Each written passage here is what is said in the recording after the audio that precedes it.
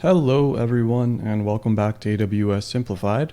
Today I'm going to be talking to you about DynamoDB Local Secondary Indexes, or LSIs for short.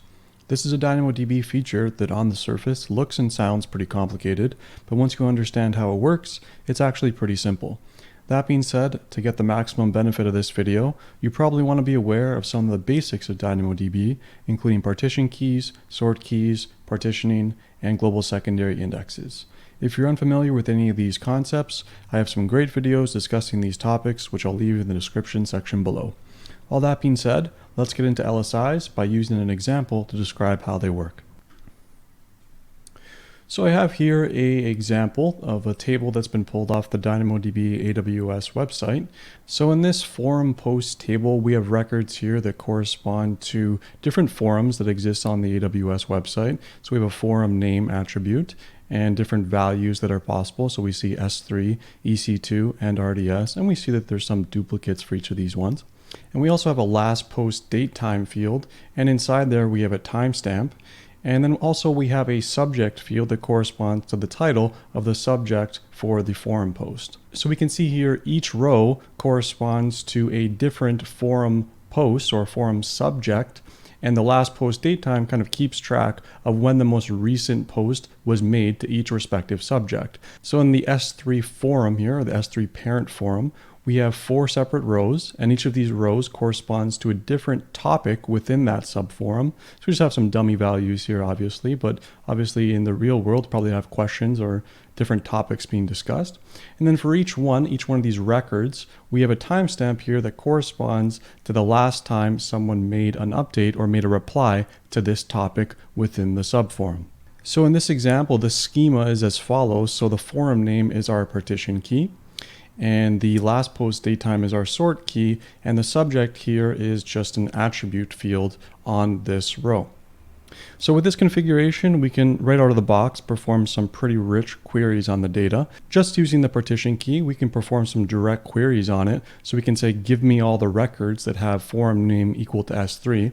So in that case, we'd get this one, this one, this one, and this one. And using a combination of the partition key and the sort key, also known as the range key, we can do some other interesting queries where we can say things like, give me all the rows where the forum name is S3 and the last post date time is more than 15 days old. So maybe we want to see what are all the old threads that are kind of inactive at this point in time. So this latter portion here, this 15 days old concept, really is made possible by using the sort key.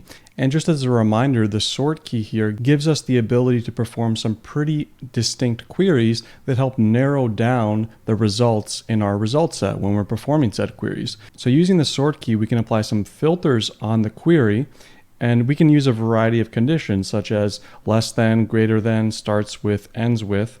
So by using the properties of the sort key, we can find all the records that correspond to these old threads. Now this rich behavior that we're seeing here does have some limitations. In DynamoDB, you can only apply one sort key on a table at any given time. So this is unfortunate, right? If you have maybe you want to perform the same kind of condition operations on a different field. So maybe you want to perform that on the subject field, and you want to do things like give me all the rows that have the partition key as S3 and maybe start with DDD or equal to DDD or something like that, right? So unfortunately, out of the box, you are not allowed to do this because your sort key has already been established on this field here. So let's actually walk through this example. So say you want to know all the records with forum name is equal to S3. So forum name is equal to S3, and the subject is equal to AAA. So how would you do this? Well, with this configuration, you can take a pretty naive approach. So the first one, the most obvious one, is to scan the entire table. And you can apply a filter expression on your scan and say, when you're iterating over each row, make sure the forum name is equal to S3 and the subject is equal to AAA, because that's what we're looking for. So what is it going to do in this case? Well, your scan is going to look through every single row. So 1, 2, 3, 4, it's finally going to see that the forum name is equal to S3 and the subject is equal to AAA, and you'll finally get your result back. So obviously this isn't optimal because you're using unnecessary read capacity to iterate over all of these records, right? So you're using read capacity, and read capacity costs money. So obviously we want to reduce the amount of records we need to iterate over that aren't actually relevant in this type of query. So this is the most naive approach, doing a scan on the entire table, right? So a second approach, which is slightly better but still not the greatest, is to use a query on your partition key. So say you query on your forum name, and as part of your query attributes, you say the forum name must be equal to S3. So what this will do is narrow down your result set to just these 4 records here. So a reminder, in the scan, we could potentially read all the records here. Obviously, that's not optimal. But in the query, we narrowed that down, so now we're only examining 4. And then we do the same kind of operation, right? We add a filter that says subject must be equal to AAA. So when we actually perform this query behind the scenes, Dynamo will iterate over each of these records and then finally find the one that matches AAA and return that result directly back to you. So this is better. You're only iterating over 4 now as opposed to everything. So we're moving in the right direction, right? Now, the most optimal way of doing this is to apply a local secondary index, or LSI, on the subject attribute. And in this case, I'm calling it the subject index. So with this setup, now all of a sudden we can define a query where the forum name is equal to S3 and define a sort key or range key condition on the subject field, as opposed to the last post date time, because that's our original sort key, our original range key. All of a sudden we can do the same kind of operations on a totally separate field, so on the subject field here. So we can say, give me all the rows where the forum name is equal to S3, and define a range key expression where the subject is equal to AAA. So in this case, instead of iterating over the 4 like we were seeing in the previous example, we'll immediately get back just this row and not have to iterate over anything else. So it's a direct lookup. And really, this will minimize the amount of capacity that you're using when you're performing your query, which in turn saves you money at the end of the day. So the big takeaway of what an LSI does is that it allows you to extend the functionality of the sort key to other attributes so that you can perform more optimal queries, both in terms of cost and in terms of performance. So if we wanted to perform this type of query using a language like Java and DynamoDB Mapper, this is how we would do it. So we would define our conditions, we'd create a condition object, and we would say on the range key condition, we want to say the attribute value that we're looking for is CCC in this case. You can swap this out with AAA or BBB or DDD, whatever you're actually looking for. Then we want to define the query with the properties that we just established. So we're creating a DynamoDB query expression on the last post type. And each of these rows here correspond to a last post. That's what I'm calling them.